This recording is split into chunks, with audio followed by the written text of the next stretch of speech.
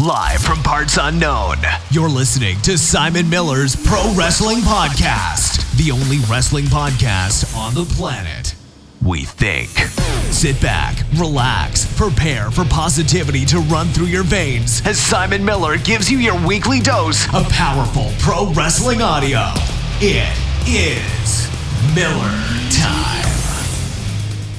Hello and welcome to Simon Miller's Pro Wrestling Show. My name is Simon Miller and this is a Pro Wrestling Show. I'm going to say it's Sunday, a little behind the scenes. It's not, but that's how we record stuff up in this house. And it's Money in the Bank 2019 day, so I hope you all have a great time. We are, of course, going to talk about that today. We'll get into the card, which we have touched upon in other episodes, but I know when I'm listening to this kind of stuff, I like to keep it. But I listen to other podcasts, I like it when it's topical. So we're going to keep it topical as possible. As always, all my content is supported by patreon.com/Simon316. So head on over there. There's a bunch of rewards and tiers, or you can just throw $1 into the mix to help me out. And the best thing about that is one of the tiers is to get people on the podcast. And today, for the first time ever, love it when we have new people on, is Carla. Carla, how you doing today? I'm great. How are you? I'm very well, thank you very much. So first and foremost, as we had a little chat about beforehand, thank you so much for the support and for listening to my podcast. I never say this, but I'm still fascinated that people not only listen to my podcast, but want to come on. That's really cool, I think. That makes me quite happy. So thank you very much for keeping that dream alive. And let's just get into it. Tell me, Carla, why in 2019... are you a wrestling fan? That sounded more negative than I meant it to. I just find, as I've said before, I just find it fascinating because, I mean, I've told this story before. You know, my way in was flicking, which kind of ties into one of the stories we'll talk about today. But now my thing was flicking through Sky TV over here in the UK and seeing a guy in pink and black tights or singlet, whatever you want to call it, and going, well, that's interesting. And that was that. I was hooked. I mean, that's not a story, but that's how it happened. And what's yours? How do you get into it? And how do you get to the point that you're listening to podcasts and immersing yourself in it as much as possible? So I'll tell you where I started. So I kind of started I'm pretty young. I'm only 18. And so I started when I was 5. Wow. My brother and my dad got me into WWE, and that's where I was kind of stuck for like the past 14, almost 15 years. So I've been watching for a while, but as every fan, we all fall out somehow. Of course we do. Well, let's talk about that. What was it that where did you fall off for the first time? I think it was after CM Punk left. A lot of people say that. Yeah, I think it was after that where I was kind of like, well, I'm really kind of losing interest. I'm getting I think I was only 15. I was like, this is not as interesting as it was before. I was like, I don't know. And I kind of stopped watching. When I came back, though, I think I came back in 2016. So I took about 2 years off of watching. Wow, and yeah. I came back and I was like, who's Bailey? I was like, who's Charlotte Flair? I knew nothing about these people. I was like, whoa. I was like, this is new. This is women's women's wrestling. Because, I grew up watching the bra and panties match and all the stuff of matching. I'm like, this is so different from what I'm so used to. I'm like, wow, it's insane. There's two things I want to touch on there. We'll go we'll go in the order you mentioned them. So obviously CM Punk was a huge attraction for you to be a wrestling fan, and when he left, you obviously thought, I'm going to take a break now because he's gone. Two questions for you. What was it about CM Punk that you really drew you to him? I think I know the answer, but it's always good to hear. And also, do you with All Elite Wrestling becoming a thing? And I know some people go, you talk about All Elite Wrestling too much. Hey, man, All Elite Wrestling is a big thing. We're going to talk about it every week. The latest thing is X-Pac went on his podcast and he said that, he totally believes that CM Punk is going to head to All Elite Wrestling. So, yeah, tell me why you loved him so much in WWE and tell me what you're going to do if CM Punk goes to AEW. Let's start there. It's a good starting point, I feel. I loved him because it was the way he carried himself. It was he was kind of cocky, if you could probably say like that. He was kind of maybe... Yeah, I think cock is a good word. Yeah, that's fair. That's fair. Yeah, he was pretty, he was sure of himself. So he kind of knew where he stood, and he just kept growing out, and he's a good talker. He was a good talker. I loved the way he spoke. His promos were amazing. I loved how he just carried himself a certain way. It was really really cool to see, and it was awesome. As for AEW, I kind of want to see him back in wrestling just because I miss his promos and everything that he did. But I mean, I think he could come back. I hope he would. I could see him in AEW. With it, I mean, I don't know how many people would agree with this. Because you have so many memories tied to him in WWE, would there be a part of you? I mean, at this point, do you just want him back in WWE desperately because you want to see CM Punk involved in wrestling? Or if I gave you like a magic wrestling wand, would you rather see him back in WWE? Like, what do you think is better overall for wrestling fans and for the promotions themselves? Because obviously, if AEW gets somebody like CM Punk, loads of people are going to tune in, right? Like, I'm sure there's people out there like your good self that haven't watched WWE since CM Punk left. If all of a sudden they hit, like Chris Jericho, right? I've got a mate of mine, he wants to watch AEW because he loves Chris Jericho. That's why he watched New Japan. But which one would you pick? You, as Carla, would you rather he went to WWE or would you rather he went to AEW? I think he should go to AEW only because it would be like a fresh start. Maybe he could do whatever he wanted at that point. Because, I think in WWE he was being controlled. Like, you don't really have a lot of creative control when you're there. So if you go to AEW, you could probably have more of a freedom to, I guess, experience whatever you want to do. Like, experiment with what you want to do. Yeah, no, I think that's the thing. He felt suffocated in WWE, that he wasn't able to express himself in the way that he wanted to, or that he felt like he was being watered down along with other stuff. But yeah, ever since S-Puck said it on his podcast, I kind of think, because we don't know how AEW is going to perform at this point, but getting those kind of guys on board, I think, is imperative. Same with Dean Ambrose / Jon Moxley. I know you don't want every kind of WWE outcast, for lack of a better term, to turn up, because then it turns into a WCW situation and so on and so forth. But when I hear people like yourself, like I say, you are the perfect demographic with WWE. They want 18-year-olds more than they want anything. As much as they want money, they want 18-year-olds and people in that 18 to 34 demographic. And if CM Punk was able to touch a chord with you when you would have been, what, like 12? Something like that? 11, 12? I started out watching when he was back in, like, when he had his long hair in the World Heavyweight Champion days. I remember those days. Yeah, so you must have been really young, right? I was like, I think like 9 or 8 when I watched him. Well, there you go. Because a lot of people always kind of pitched, that they pitched CM Punk as the mature wrestling fans wrestlers. You know what I mean? But that's not true at all. He spoke to age demographics up and down the board, which I think is why he's so successful. I don't think anybody gets to the top of WWE unless they kind of cross brands a little bit. But he's now become my ace in the hole. I think the amount of times I hear stories like this about CM Punk. What did you think about his MMA career, by the way, in UFC, or did you not even pay any attention to it? I didn't follow it that well, but I heard that he didn't do that great in it. No, he didn't. But I still respect him massively because he's a guy that goes out there and just does what he wants to do. But I like to ask that as well, because I remember when he did that, so many people were like, "Oh, he's ruined his legacy." I'm like, trust me, man. No one even cares. No one even cares. Like, to many people, he left wrestling. They knew he went into MMA, and then they just shrugged their shoulders and they were like, "Yeah, whatever. I don't care." I mean, it's up to him. It's whatever he wanted to do. And as long as he did it, he could say like he actually like checked it off as like his list or whatever he had. Exactly. So the second thing I wanted to talk to you about was you mentioned when you started watching wrestling again, all of a sudden women were being treated with respect. Let's call a spade a spade. That's what it was. They were like, "Oh, we'll treat women like human beings." I should also say, I know we did another podcast the other day, but just in case nobody heard that one, I don't want it to sound like we haven't talked about it. Absolutely aware of the news about Ashley Mazzaro passing away. Did you see that, Carla, that she passed away? Yes, I heard about that. I don't really remember her, but it's tragic. It really is sad. It is horrible. I mean, yeah, again, we did it on the podcast the other day, but I never want it to seem like we're not covering that stuff. Only 39 years of age. As of recording this, we don't know the cause of death. It may have come out by the time you hear this, but just a quick, shout out to friends and family of Ashley Mazzaro. It's just, stuff like that is awful. Maybe even doubly so in wrestling because it seems to happen all the time. Anyway, so, when you do kind of tune back into WWE and you see all these people, like you say, Charlotte Flair and Becky Lynch and whoever else being treated, I mean, completely differently to how they were when you were a kid.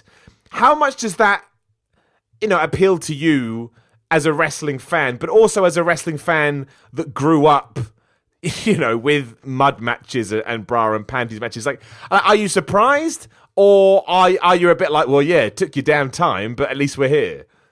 I think I was both. I was both surprised, and I was like, what took them that long to do that? Because, for a while, I mean, if you look at whatever Impact or whatever, they had like the women's division pretty good, like back in the, I guess 10 years ago or whatever. Oh yeah, the knockouts are great, yeah.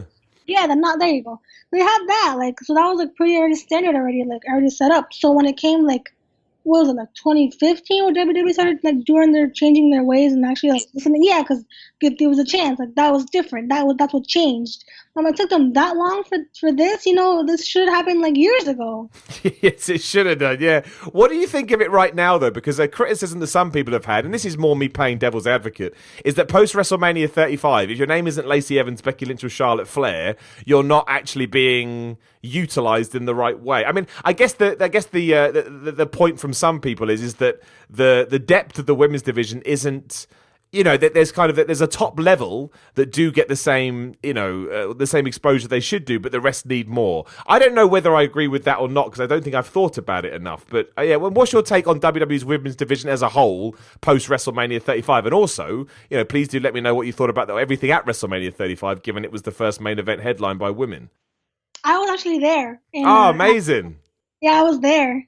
So how did you find it? It wasn't. I mean, the match, or in general. Just in general, yeah. I think it was one of those things where, well, this is how I saw it anyway. And please tell me wrong. To me, it was one of those things where they couldn't lose. It felt like such a big deal. It was like, you know what, you can do anything here, and the point is getting the right result, which we did, and ensuring that we don't screw anything up. And I don't think they did. The right person won. I thought the match was decent enough. Yeah, I kind of liked it all around. That was a pretty good match. I will say I was a bit tired by the end, though, because it was so late. Oh, yeah. Ridiculous. So it was like a 7-hour, sitting through everything, and then, the end came, and I was like, wow, that's it, I mean, the ending to me was fine. But honestly, when you think about it, do you really remember if, it doesn't matter who, how Ronda Rousey, whatever, she lost? Because it doesn't really matter, I mean, in the end, because people are not going to really remember that when you think of that. I don't know, to me, I feel like it doesn't come to mind when I think about the main event, oh, she lost this way, It was seen as a bad way when she lost, I think, from what I remember. Yeah, no, I agree. What would you like to see them do now? Obviously, we'll talk about Money in the Bank, because that seems like a fair segue, because again, the women's division is quite prominent throughout Money in the Bank. You've got Becky Lynch in 2 matches, and we've got the Money in the Bank women's match as well. I mean, yeah, I think you could, I understand the argument when people say that maybe it's too early to have Charlotte versus Becky again, but I don't mind. I quite like that feud. I'm not against it. But, I mean, 2 things. What do you think of the fact that Becky's having 2 matches? And, what do you want to see happen in both the Lacey Evans, the Charlotte Flair, and the women's Money in the Bank? Because to me, the women's Money in the Bank, much like the men's, to be fair, actually, is one of the harder ones to call. I don't 100% know what's going to happen. Yeah, very true. I mean, in regards to women, I'm happy to see Becky defend both of her belts, but I wish it wasn't against Charlotte, honestly. I feel like there's just some other people who are there. It's kind of like what you said before, the top tier people, like Becky Lynch, Lacey Evans, and Charlotte Flair. It's like, there are more people on your roster. Yeah, they're not seen as good as Charlotte or Lacey, but if you push them, better, I mean, they could be seen in that way. Possibly, maybe in the future, but, start to push them early on, not give them shit matches, and then I don't know, it just needs to work out better for everyone. But of course, there's not a lot of time for that. No, there's not. I mean, do you think Becky can walk away with both belts as well? Or do you think that's a bad idea? Or not a bad idea, because I think Becky could hold onto the belts for a long time and everybody would be happy with it. I think she should hold on to both, because if she lost them this soon, it would not look that good on her. Depending on how she lost, maybe. Actually, depending on how she lost, if she lost any of them, maybe. I feel like it wouldn't end up well. I feel like it wouldn't look good on her if it actually happened, if she lost. What about if somebody wins? This is my prediction. We talked about this on the show the other day. My prediction is that Mandy Rose, of all people, wins the Money in the Bank ladder match. I don't know why I think this. And then she cashes in on Becky Lynch after she's had both her matches, and she becomes the SmackDown champion. So not the Raw champion, the SmackDown champion. She then goes back to SmackDown to feud whoever she's going to feud with. And then Becky Lynch kind of officially goes to Raw. I don't know why I think that. It's just my weird prediction. I mean, I don't know. Mandy Rose, well, she's got a bit in the ring from what I've seen, but I don't know. That's a big thing. That's something to think about. I'm not sure about that, but I think I like the fact that Becky goes to Raw. But then if you lose Becky, it's like, who else you have Charlotte, yeah, but who else will you really have on SmackDown to carry SmackDown once they go to Fox? That's a very good point. I mean, at the moment, yeah, I mean, we'll go through the match itself. I mean, Natalya and Dana Brooke and Naomi are Raw. Bayley, Mandy Rose, Ember Moon, Carmella, and Nikki Cross are SmackDown, right? Or is no, Nikki Cross is Raw. I have no idea anymore. I have no idea. She's something. I don't know. She's on the main roster. That's all that counts. Yeah, exactly. Which these days is all one and the same anyway. So you're right. It is a very weird. It's a very kind of oddly paced out thing at the moment. I mean, who would you want to win? If you could pick any one of the names I just read out for the Money in the Bank women's match, you know, Natalya, Dana Brooke, Naomi, Baylor, Mandy Rose, Ember Moon, Carmella, Nikki Cross. You know, obviously Alexa Bliss got taken out after suffering an injury, but apparently she's going to be okay, which is good. You know, who is, from a fan's point of view, who do you think works? Who makes the most sense? You know what? From my point of view, I'd like to see Amber finally get a shot at something because she's been on the main roster for over a year now, and she hasn't done anything. From what I know, she hasn't done nothing since being called up. No, she hasn't.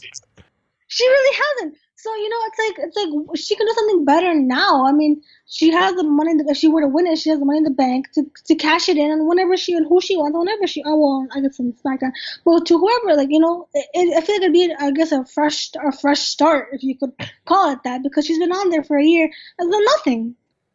Why do you think that is? Why do you think they don't use her in the way that maybe that she should be used? Because I'm surprised. I like Ember Moon. Like I think Ember Moon is. She feels unique to me. She's really good in the ring. I don't like the promos they book for her, where she just talks about moon references all the time. It's like, I think that's not her fault. She can't get away from that. So, but why do you think that is? Because I think Ember Moon is really talented, and I think that comes across. At one point, she really had a good following as well, but that got snuffed out because, like you say, she didn't do anything. So yeah, why don't they? You know, why isn't she getting a push or a bigger chance, especially after WWE said they're going to, you know, try and do different things? Honestly, I don't. Maybe it's the fact that there's so many women on the roster. Maybe it's that, or I don't know. But it's like she was so well, like she did so well on NXT. It's like, what are you really doing? I guess on the main roster, like you're doing nothing. So I mean, maybe it's like there's so many people on there, but maybe I'm not sure. I don't even know because it's just so like confusing at this point. It's like, are you like being used or not? And if you're not, then what's the point of you being there? You know, it's ridiculous. Yeah, well, that kind of ties into the whole NXT thing, right? Like that's the amount of people that now have come up from NXT that just don't get a sniff is crazy. Like, in fact, I was late for this podcast today. A little behind the scenes spoiler. I was late for the podcast today because I was doing this Y video, and the Y video really was sort of 7 people that have been absolutely just destroyed by the wildcard rule and the shake-up. And I won't say who it is, I'll make you watch the video. But there are so many people, Ember Moon isn't in that list, but in retrospect I actually would have put her in there, of people that are now struggling to sort of have any kind of opportunity because they are too... There's just too many... There's just not, amazingly, even on 5 hours worth of TV each week, there's not enough time to showcase new people because you've got Roman Reigns and The Miz and the Usos. Because, we've had, 2 or 3 weeks of the wildcard rule, and at the moment it's been the same people shifting across. And if the same people are shifting across, both shows start to feel the same. And if Ember Moon can't get time to, develop her character anyway, then what the hell does she do? Because now she's got less time to be able to do it. It's true. I mean, it's sad because you say 5 hours is a lot of time, but then you have silly segments going on. It's like you could use this time to put other characters. These characters feel seen more on TV, but they're not. It's frustrating a bit because you see the people who have potential and they're not being used at all. What do you think about the wildcard rule? I at first I was willing to give it the benefit of the doubt, but already I'm a bit like it's just ruining other people, which I hate. Yeah, I wasn't too crazy about it. I thought I was like, if it's really gonna, I thought about it. I was like, maybe I'll give it a shot. But then I see Roman Reigns coming back to Raw, and then I see Shane McMahon, and I'm like, this is kind of the same people that I see all the time. What's different about this? Nothing. It's just the same people. You know what I mean? The rules are confusing. The rules are confusing. You know what I mean? It doesn't really make any sense. No, it doesn't. It doesn't make any sense. Let's go through the rest of the card as well, just to get your opinion on some stuff. We'll start with the pre-show. Daniel, Bryan, and Rowan versus the Usos. I thought this was a tag team match, as I've already said. It's not. Who have you got in this one? I would go for the Usos, because if it's not a tag team, if the tag team titles aren't on the line, it doesn't matter. So then, yeah, probably the Usos, yeah, of course. The thing that I see shocking is how Daniel Bryan went from being almost in the main event of WrestleMania to the pre-show Money in the Bank. That's kind of funny to me. I love it. It's just their treatment of Daniel Bryan is hilarious. It's just like they just don't care. They're just like, yeah, whatever. We'll put him wherever he wants. So like almost like I guess like you could say the bottom, but not really the bottom. But that's kind of mean. But it's kind of he goes from like all the way to the top to to where he is now. It's like he's being shuffled around again and again. Yeah. Who would you like to win this match though? I think the Usos would be a good call only because, like I said before, the titles aren't on the line, and so I guess they're not. It's not really important to see who really wins or loses. Yeah. Well, and it's on the pre-show as well, so it doubly doesn't matter who wins or loses. As we know, the pre-show doesn't count, as WWE has told us time and time again. Also on the pre-show, although it keeps taking on...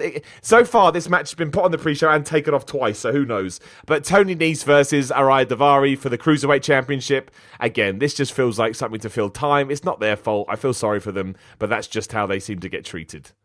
It's sad, because cruiserweights actually are from what I've seen, like from the pre-show that I've watched before, they're really good in the ring. It's sad because they should be probably put on the main card, but they're not. They're not. And so, no. I imagine that Tony Nese will retain though, just because he won it at WrestleMania 35. I forgot that happened. Sorry. I forgot that actually happened. Well, it's not your fault. It was on the pre-show, so unless you got there early enough, you didn't even see it. I know, I just forgot that he won. Well, but how would you know? They didn't talk about it on Raw. They didn't talk about it on SmackDown. They never talk about it. No, they never do, which is kind of sad for the cruisers as well. I mean, they should come back to. I like when they used to do their segment, the things on Raw, like the cruiser would come onto Raw, and have their match and whatever. No, it was actually, I think, it was some decent exposure for them. Yeah, no, I think the other thing as well is I got quite excited when people like Buddy Murphy and Cedric Alexander were quote unquote, called up to Raw and SmackDown, and yet then, along came the wildcard rule and that ruined their push as well, and we haven't seen them since. Where are they? I haven't seen them at all. Where's Buddy Murphy? I barely saw him. Has he appeared at all? He now appears in WWE exclusive, WWE.com exclusive segments. No. So no one watches those. No, of course they don't. Of course they don't watch those. I didn't know that. No. You see, they're already ruining him already. He's only been on TV like once. No, never given a chance. Never given a chance, which is quite sad. Samoa Joe versus Rey Mysterio for the United States Championship. Obviously, Dominic will be involved in some fashion because he's now back on TV supporting his dad. I don't really know who to call in this one. I'd like Samoa Joe to win, but there's a very heel-dominated feud win there. What's your take? Maybe. I mean, yeah, because I think Joe could retain, but I think he should move on to a different feud because they haven't really done a lot with Ray and anything. From what I've seen, there's not like a lot going on with that. It's not really. It's not like that interesting to me, in my opinion. What? Like somewhat, the promos are good, but it's not like very interesting. What do you see Dominic doing? Obviously, they have to involve Rey Mysterio's son somehow. So what do we do? Maybe. I actually don't know about that. Maybe he could probably I don't think he'd call it DQ. That wouldn't be fair to call it DQ. But I'm not sure. I don't know what he could do. Maybe cut a promo to distract him, like those lame wins or something. I don't know. That's bad luck on Joe, though. That'd probably be bad on Joe, though. Well, that's what I'm worried about. I think it looks bad for both of them. If Rey Mysterio wins because of his son and Samoa Joe loses because of Rey's son, I don't think anybody benefits that apart from Dominic. And I don't think we're pushing Dominic is my guess. But I don't know. Maybe we are. Maybe that's the plan. It's possible, but I don't know. I don't know how we could really get involved. That'd be like a terrible. I guess it'd be a loss if anything. Yeah, well, yeah, exactly. The Miz versus Shane McMahon in a steel cage match. I think this feud has run its course. I think the Miz should just win, and we'll draw a line under it. But the problem is, if the Miz wins, you have to imagine that Shane McMahon will want his revenge. Even still, I think it could be all right. Steel cage matches are usually quite good. It's a stipulation which allows you to, cut some corners, have some bells and whistles. I think this may be okay to a certain extent. And who knows, maybe Shane might pull out some crazy spun again like he usually does. Maybe. But what can he do, though? Because, this sounds bad. I understand that climbing up to the top of the cage and jumping off is still amazing. But the problem is that I've seen him do so much other stuff, I'm going to be a bit like, meh, it's okay. Do you know what I mean? It's almost like a down. I say that if he does it, I'll still enjoy it. But it just seems so tame for Shane McMahon, even though it's crazy. It's repetitive almost. You always see it. It's what's different now, It's what's so different about it. the same. Do you think Miz will win though? Yeah, I think he should win at this point. Yeah, because the feud really is not that interesting anymore. It's like what's really like, nothing's really happening with it.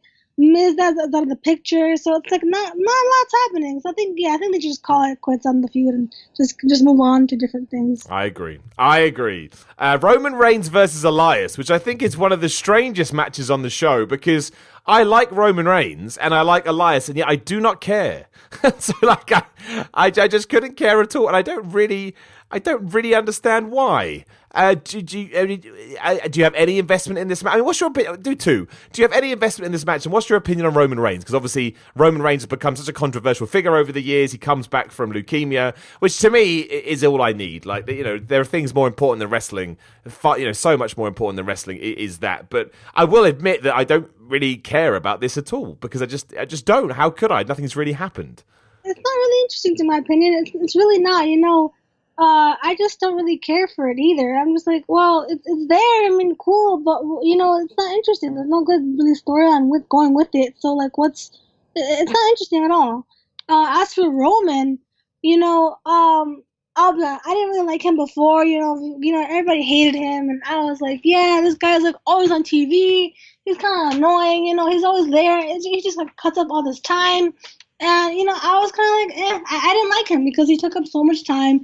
And they constantly trying to push him as a babyface. But, it wasn't working, obviously. But, it's kind of like, he's there. Yeah, no, I agree. I think that's the problem with this. Well, the problem with this feud is that it came out of nowhere. And there wasn't really, there wasn't really any time to build it up. And then Shane McMahon was involved in it, but then Shane McMahon wasn't involved in it because Shane McMahon was getting involved with The Miz. So it was just a bit all over the place. So I think it's been the problem the last few weeks, actually, which is why the wild card and the superstar shakeup hasn't helped. It's been too all over. Well, that's it. I've said it already. It's been too all over the place. So yeah, I agree. I mean, I imagine Roman Reigns wins because Elias has got to the point now where he can lose and nobody really cares. I mean, everyone only really cares about his thing, his stick that he does before. It's just his singing thing that he does. He's playing guitar or whatever. People really only really like about Elias. That's what he does. Like, I guess you could say best. Yeah. He's okay in the ring. He's all right in the ring from what I've seen. I don't mind him at all. I think he's kind of bulletproof these days because he's got a good shtick in the thing. Obviously, they like pushing Roman Reigns. And I'll be all right with it. If we can get through this entire pay-per-view with no distraction finishes and there's 11 matches. If we can get 11 clean wins, I'll be a happy man. All I want is clean wins nowadays. That's all I want. Unfortunately, WWE doesn't see it that way. You know how they are. They're gonna do some crazy, like, dumb thing that the people be like, "Oh my god," and they're just stupid. It's just end up being dumb. It's true. Who knows? Yeah, you're not wrong. We've done the women's Money in the Bank match, men's Money in the Bank match. Sami Zayn, Ricochet, Drew McIntyre, Baron Corbin, Ali, Finn Balor, Andrade, Randy Orton. I've said all along that I think Drew McIntyre is the strong favourite, but my outside kind of crazy pick is Ricochet because I just think he'd be so good with that briefcase. I don't know why. I don't know what that means. I just think his character fits it, or at least would give him the bump up that I think he deserves. Do you have somebody you kind of believe in or someone you think is going to win? I'm between three. I guess Andrade would be a good pick. That would be good. I'd love that. Drew and Ricochet. So those three are like my three hopeful to win because Randy doesn't need it. Who else is in it? Oh, I forgot who's in it. It is Sami Zayn, Ricochet, Drew McIntyre, Baron Corbin, Ali, Finn Balor, Andrade, Randy Orton. That is a lot of people. Yeah, Sami Zayn's already in that feud with Kevin. With Kevin, he's in that feud now with what's it called, with Kofi or whatever. And then I think, what is Ali even doing? And nothing. That's kind of sad. It's kind of like I think Ricochet could probably use it, or even Andrade could. I think Andrade could really use that. Well, that's what I think we should use the Money in the Bank for. I think Money in the Bank should be used to take people that need a push and push them. Like, there's no point giving it to established guys because they're established. I really do think they should be used to, make somebody feel, like they're a bigger deal. I absolutely, but whether or not we do that or not is anybody's guess. I think Drew McIntyre probably has the biggest, odds, I would say, in his favour, because I can completely see them, again, I'm repeating myself from earlier episodes, but I can completely see them transitioning into a Baron Corbin versus Seth Rollins feud once we're at the other side of Money in the Bank, and then Drew McIntyre feud with somebody else until he's ready to attack somebody. Yeah, So of course, I agree. It's like people are like, hopefully, as WWE said, that whoever comes out as Money in the Bank winner can be like a star. Hopefully they'll come out good, and hopefully that does happen. Hopefully when it does happen. I mean, I hope so. I'm pushing for Andrade. I hope he can do something different if he does win, something new, more promos, maybe something interesting, because he hasn't done a lot either. no, I know. I mean, he's been in a holding pattern for a while, which is another reason why I hope he gets the nod here. Last match, I think we've done the rest of them. I probably missed one. Is of course Seth Rollins versus AJ Styles for the Universal Championship. I can't see AJ Styles winning this, even though I certainly wouldn't mind if he did. But I think it'll be a great match. And I think probably whoever wins Money in the Bank, because they won't go straight for Seth Rollins, I would assume that they will feud with Drew McIntyre. Drew McIntyre, for example, if he wins, will feud with AJ Styles, which I quite like. Do you see, in any world, can you see AJ Styles winning? No, I don't think so. Only because I didn't like the fact that he was put in the match in the first place. Only because I feel like it was too soon for him to be back into the title picture, since he lost it, not too, like, I guess a while back, but I feel like it was too soon to put him back in the picture anyways. So it's kind of not fair to other people, I guess, to others who want to be, who are better options in my opinion. Like Drew maybe could have been a better option, but to have AJ come over from SmackDown and then be pushed again into the title picture, it's kind of like not really like that fair, I guess. But then again, nothing really is in WWE, so. No, you're right. You're right, nothing is. That is Money in the Bank 2019. Again, it goes down this evening. I'm sure we'll check it out and we'll talk about it next week. I think it's probably going to be a pretty good show. Like, I know the build hasn't been that good, but the Money in the Bank matches I usually find are great. I think WWE puts on pretty good ones. So my big thing here is just don't do what we did over the last 2 years. I didn't think the Braun Strowman cash-in was very good, and I certainly didn't think the Baron Corbin one was very good because it just, it didn't go anywhere. So give it to somebody that deserves it. Allow them to tease everybody for a while, and then when they do cash in, it will mean something. I think we need to come back to that. Yeah, of course, I agree. I agree. It's like, people need, like, it should, like you said before, it should be a push. It should be someone to have if it's for someone to get a push, not for them to, like, already for established guys. It's no point in giving them to people who are already established because they're already there. So it's no point. Give them to someone who actually needs it. Yeah, exactly, and who can benefit from it, right? That's what we want. I want someone that's going to benefit from it. I think that's the big thing. And then no matter what happens, if they benefited from it, they're going to be in a better position than they were when they first started out. So that's Money in the Bank 2019. Again, goes down tonight. You can check it on the WWE Network. You know all the deals for that. Carla, let's talk about Raw and SmackDown more recently. Because, when you're on the internet or on Twitter, on social media, you do get I still think they're the vocal minority, but they're a passionate minority, and they've been very loud over the last few weeks. And, as someone who is in, like I say, you're in the WWE's favorite demographic, and you're still watching. Have you been a fan of everything they've done recently, or do you agree with the outcry at the moment that we need a change, we need something different, more people need to be pushed? And where do you think the kind of issues with Raw and SmackDown, if you believe there are any, lies at the moment? Because, and I'm the same, like when something goes wrong, I'm quick to voice my opinion on it, or something I believe to go wrong, but that doesn't necessarily mean I have the answer. Like, long-term storytelling and pushing new people, absolutely, but there may be other things we're not even unturning. I mean, I think there is a problem. Yeah, I think obviously, like, Raw, it's too long. 3 hours is too long. Everybody knows this. It's too much for people. I can't watch 3 hours of Raw. I have things to do, but I still watch them as a fan, obviously. But I think that's too long. I think, like we said before, the same people are being used all over and over again. So there's just the same people who are there. It's not a lot of exposure to others who really need it. And then the wildcard rule doesn't really help either because it's still the same thing. The same big people are coming over from Raw to SmackDown and SmackDown to Raw.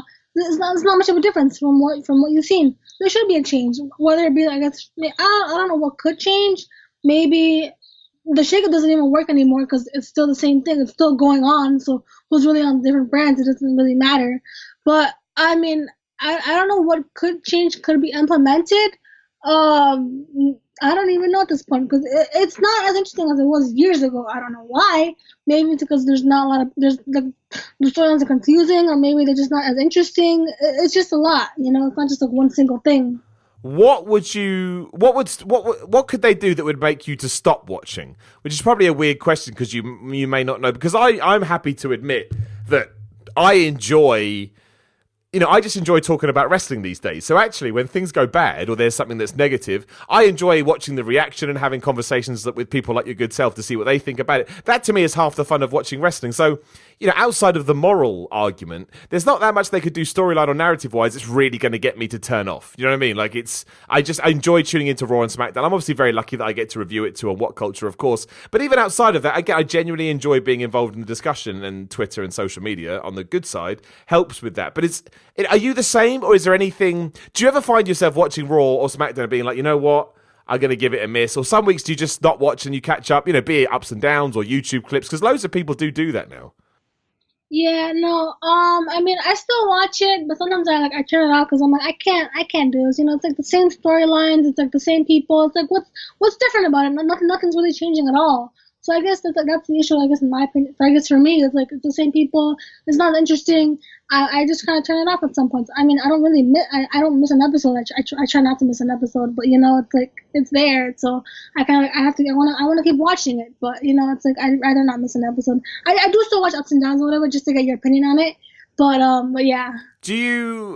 Are you purely WWE, or do you watch some other stuff as well? Because I know there are some people that just don't like, they're happy with their WWE bubble, which obviously is cool. No, I stick to WWE only because I don't have a lot of time to watch anything. Yeah. Honestly, I'm in school, so then it takes up a lot of time, and I work, so it also takes up a lot of time. So yeah. No, but that's fair, though, because I think that's, I don't want to get too much into what we were talking about earlier, but I think that's the real struggle with stuff at the moment. Like, so many people are WWE. I'm a WWE person.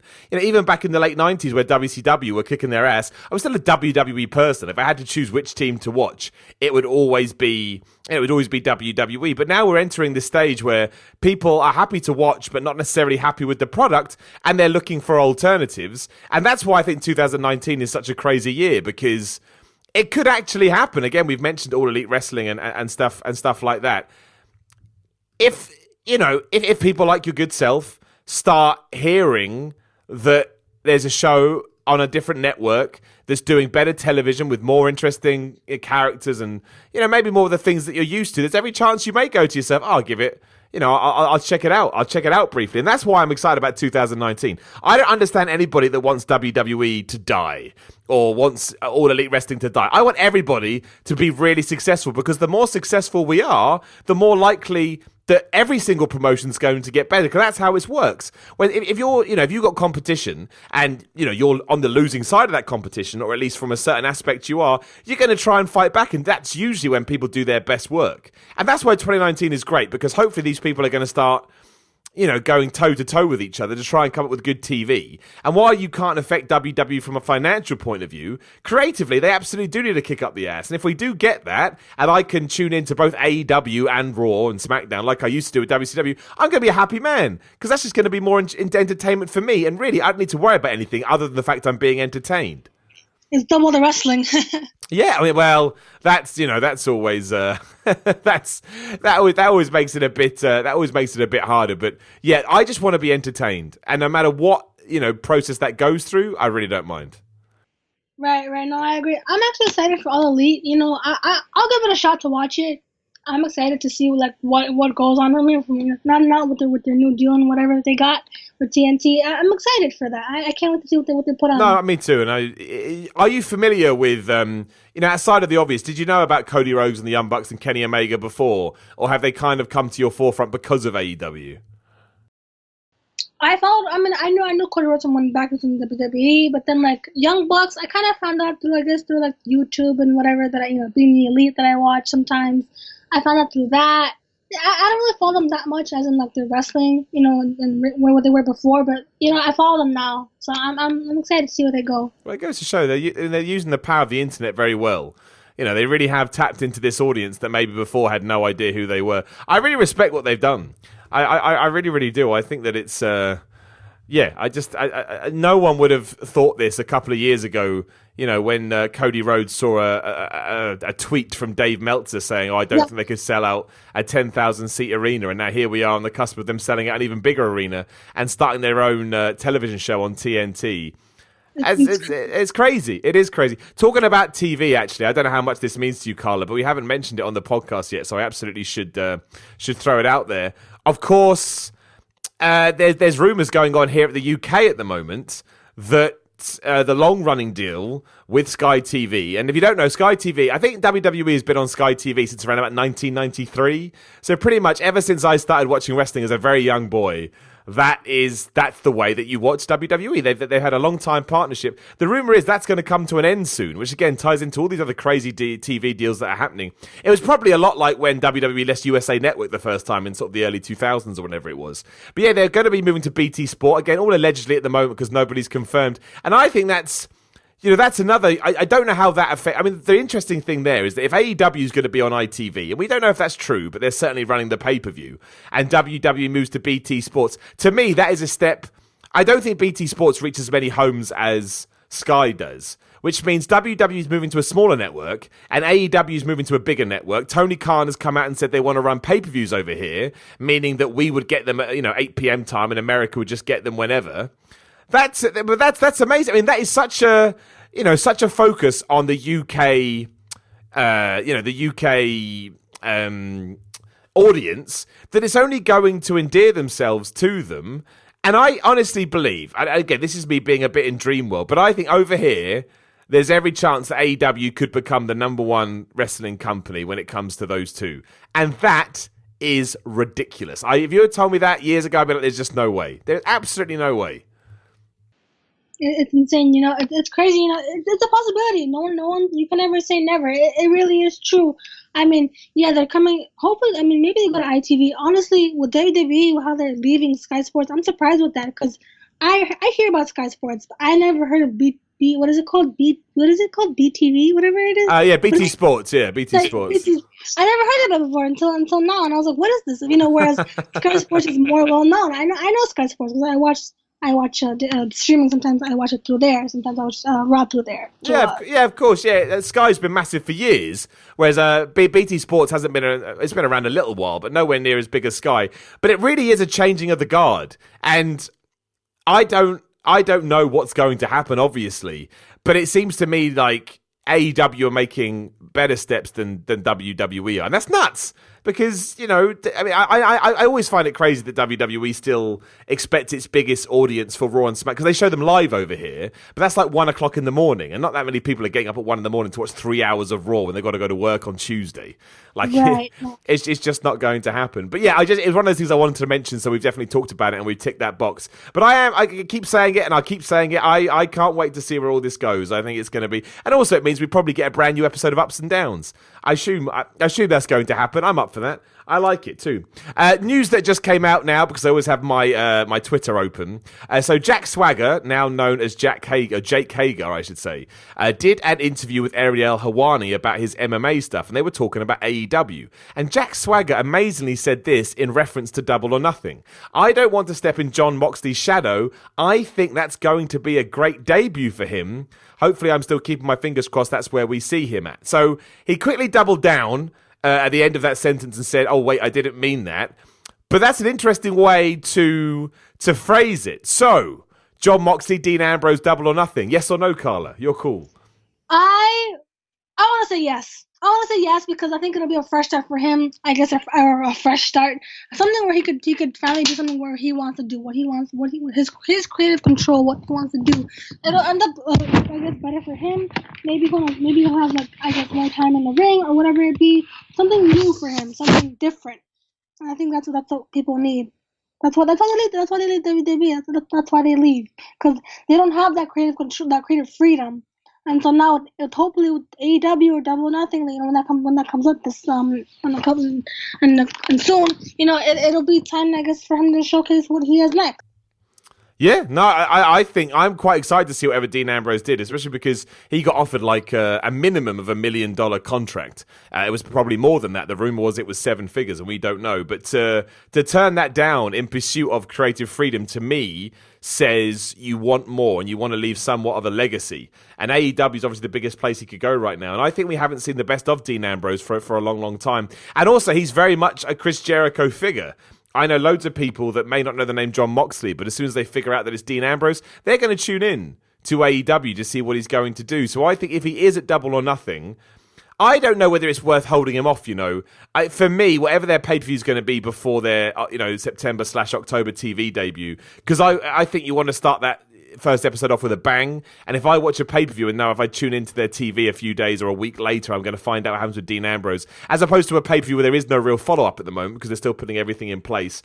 That to me seems like better on paper, but of course the internet will blow up if Dean Ambrose is at Double or Nothing. I'm really excited for that show. I think they know they've got to blow it out the park. I think if that does happen, it won't be the only surprise. I'd imagine we're in for quite a few.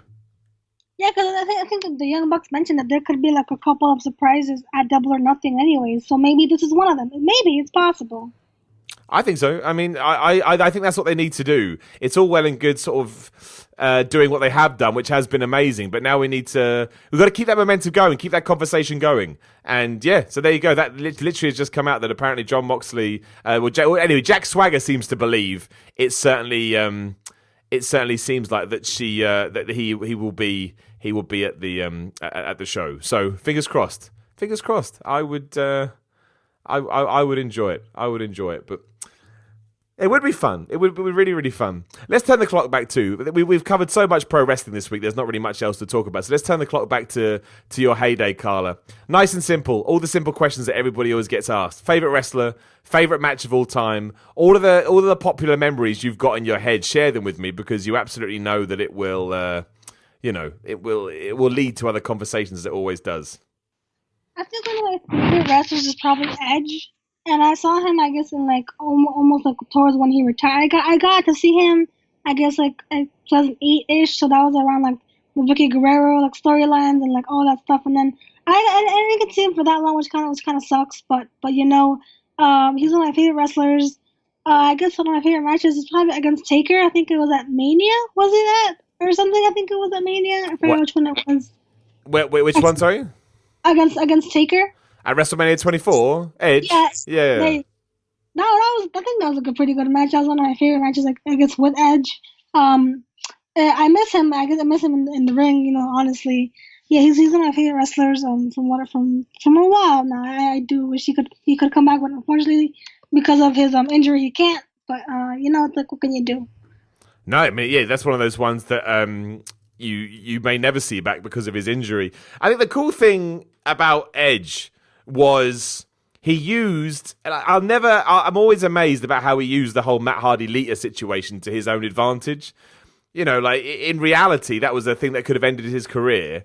But instead, he absolutely turned it around and he smashed it. Like he really did. Like I was always fascinated by that. He just became this obnoxious kind of arrogant guy that everybody hated, and he did that based on a real life situation that had gotten out of control. Whether that's good or bad or not from a life isn't fair point of view, who knows. But I think Edge, there was definitely a point when you first started watching Edge, I don't think anybody expected him to get to the level that he did.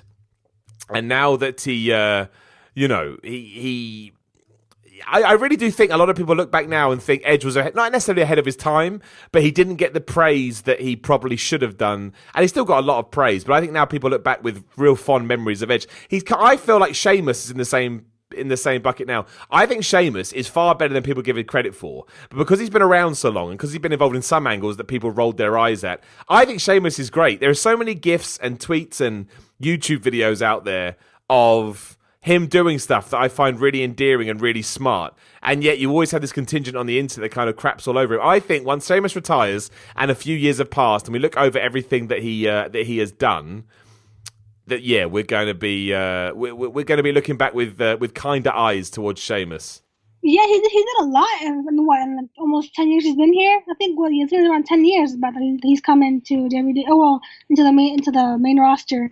I remember, I think when he first came up, he won the WWE champion. Not too far in. Was it like a couple months into into him being on the main roster? I think it was 3 months or 4 months. He came. Yeah, he won it. I can't remember the event, but he won it when he pushed John Cena through a table. Yeah, that was pretty.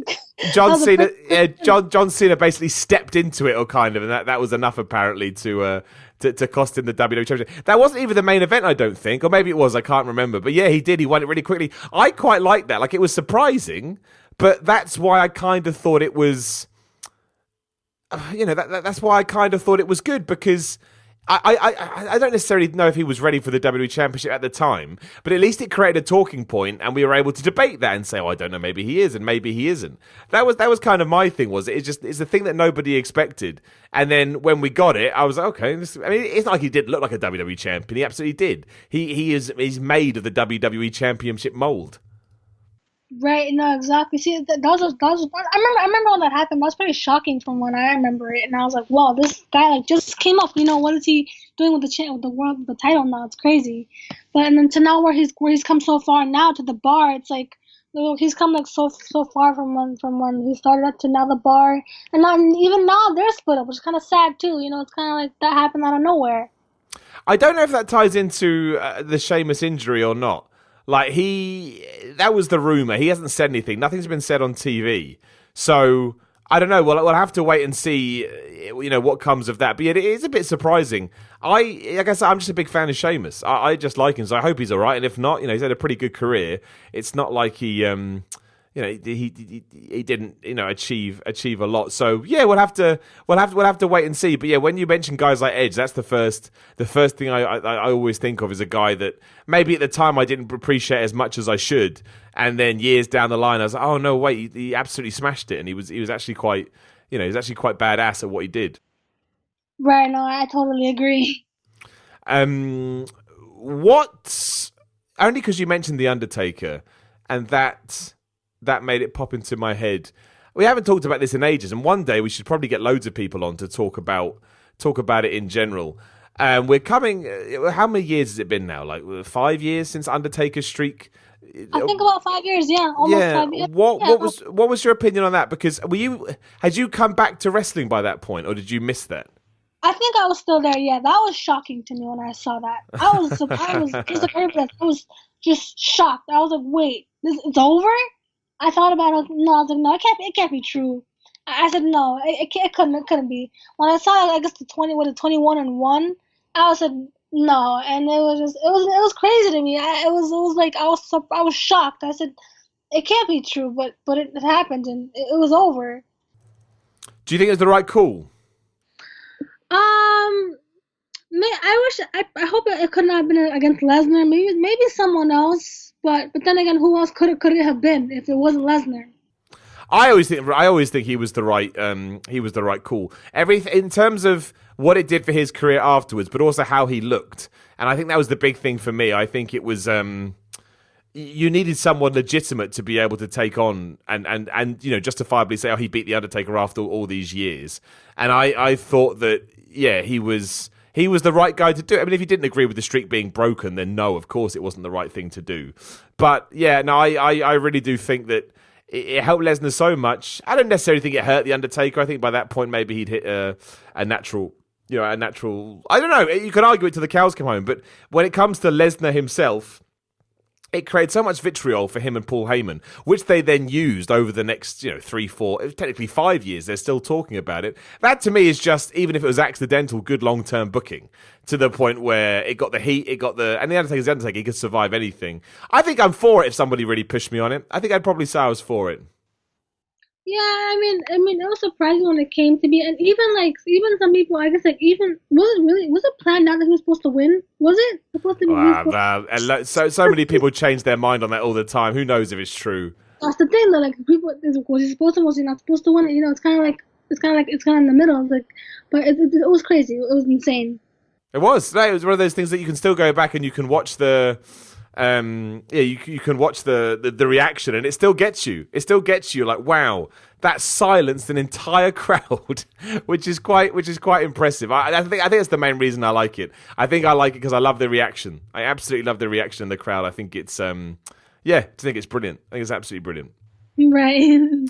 Right, last bit of news that we'll talk about as well, because this just popped up and it cracked me up. Apparently, during the latest UK tour, and this could mean anything, it's a house show. Baron Corbin may not wanted to have done it, but it was Baron Corbin versus Braun Strowman at I'm trying to find out where, it was somewhere in UK. I can't find which city it was in, but he did not wear his suit.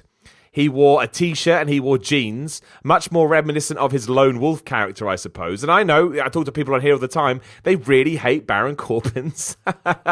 They really hate Baron Corbin's suit attire. Give me would you like to see it's gone? Because I've now finally justified it in my head after I saw IRS recently. And I was like, look, if IRS can do it, a guy that came up pretending to be an accountant wearing a suit, why not Baron Corbin? But your choice, Carla. Do you want Baron Corbin in a suit or on t-shirt and jeans? I think suit. I think it applies to him being, I guess, like a heel.